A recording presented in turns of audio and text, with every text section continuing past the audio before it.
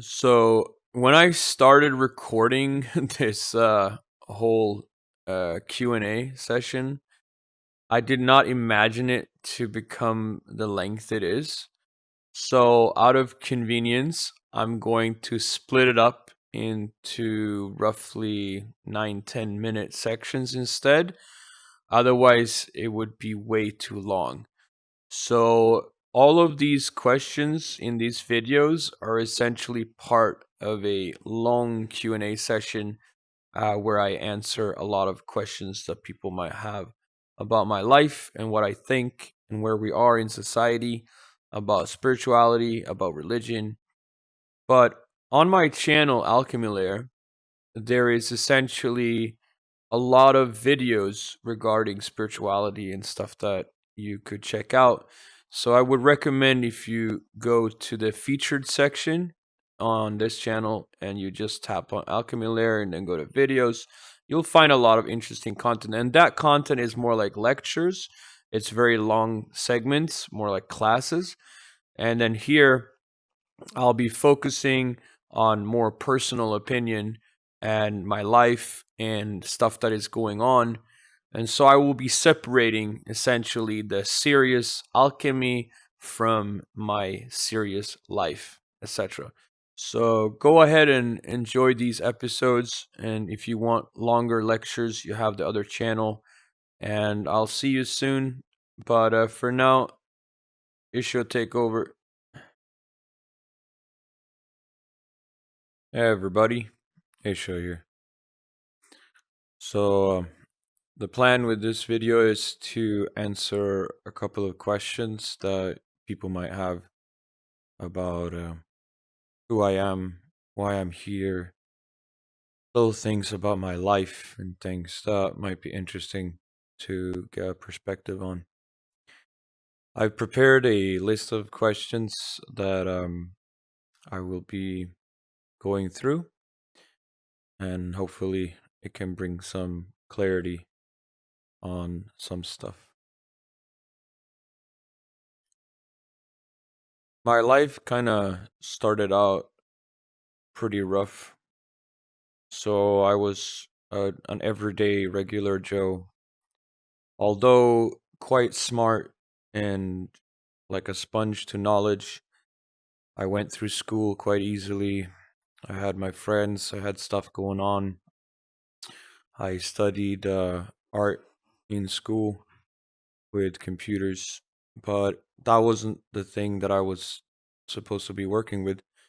So that was just a plus. And sure, I've had lots of use for knowing how to use Photoshop and Premiere and stuff like that, and making websites and programming and scripting. But it wasn't until I reached the age of 21 that I started seriously looking into religion and spirituality and esoteric topics, because I was looking for something. I was curious. I wanted to know. I wanted to understand why we're here. What's the purpose of all this and why the universe exists. And in the beginning, I was hosting a lot of classes and meditations with people in my group. And I didn't know who I was at that point. I was just a person with a nickname online. And then, as I said in the previous video, there was, well, obviously, I've worked for a long time to establish a connection with the divine. And in order to do so, I had to go through the same journey as my previous self by walking in the wilderness. Didn't have to be so extreme by fasting for 40 days and 40 nights, but all I had to do was ask myself one question that changed my life, and that was, what will my next thought be? And at that moment, I realized what the ego was, the adversary. And after that, I worked on spiritual communication. I learned how to communicate with deities, ghosts, spirits. I learned how to eventually communicate with the divine itself. And then I was just helping people, teaching people, healing people, giving people therapy. And at some point, as I said, I had to change my name. I had to first look up what the name was, but I eventually changed it. And one of the indicators that was quite interesting was probably people in my group calling me a personal Jesus. And they would refer to me as that from time to time as a joke.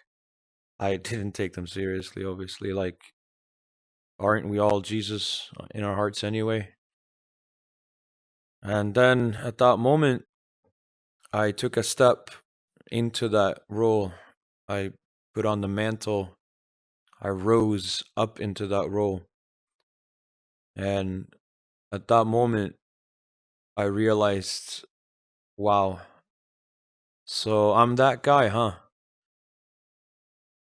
The nobody, the person who was just interested in wanting to know the truth, the person who was helping people effortlessly and selflessly and would be crucified for it.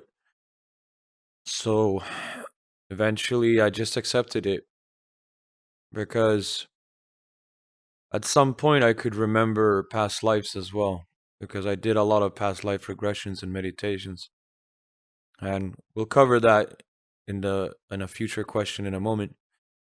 But we'll move on to the next one. As I said in the previous video, I've met probably anything from 40 to 50 people online on Twitter, X, claiming to be me with my name or the perversion of that name.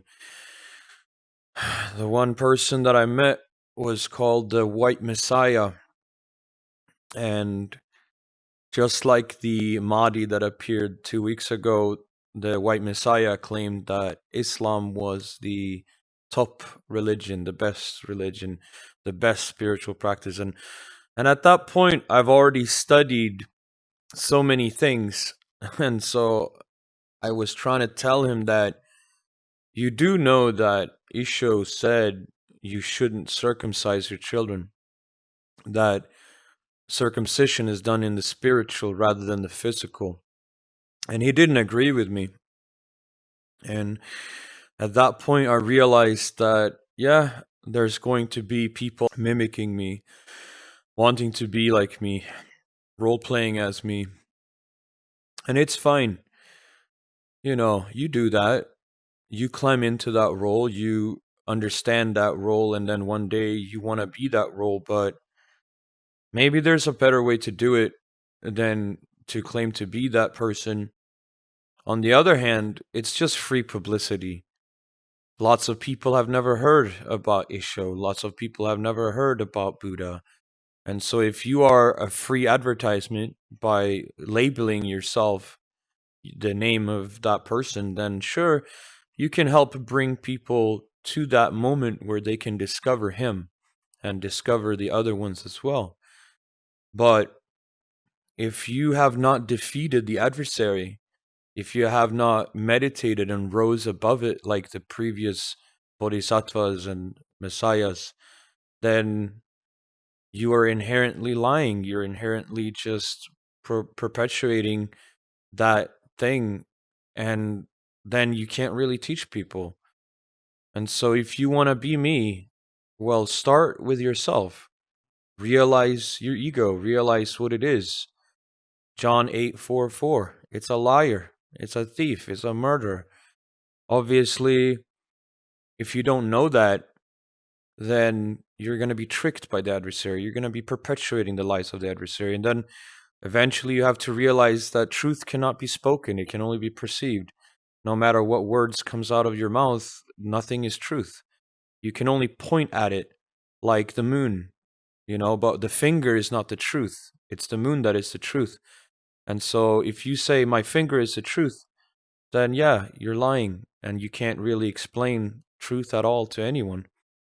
So that is something that you have to work on. And I encourage you to walk in his footsteps. I encourage you to walk in my footsteps too, obviously. But if you don't know what you're doing, you might injure people, you might harm people. you might cause harm to yourself and other people. The reason I believe I was chosen for this role is because I looked up to these people and I wanted to walk in their footsteps. I truly wanted to understand what they understood. I wanted to see the world through their eyes. And I also wanted to do the work just like they did. And eventually I realized that a truly intelligent person is also kind. And an intelligent person, it is their duty to help other people who are not that intelligent. And to be selfless is rewarding. To up the difficulty gives a greater reward. And so if Isho had the most difficult life ever and Buddha had the most difficult life ever, then perhaps it inspired me to do better and to give myself a harder life with higher difficulty, with higher reward. And so at that point, I realized when God said to me, "It's time for you to change your name," I was like, okay, so I guess I'm here. You called me, you know, like Isaiah.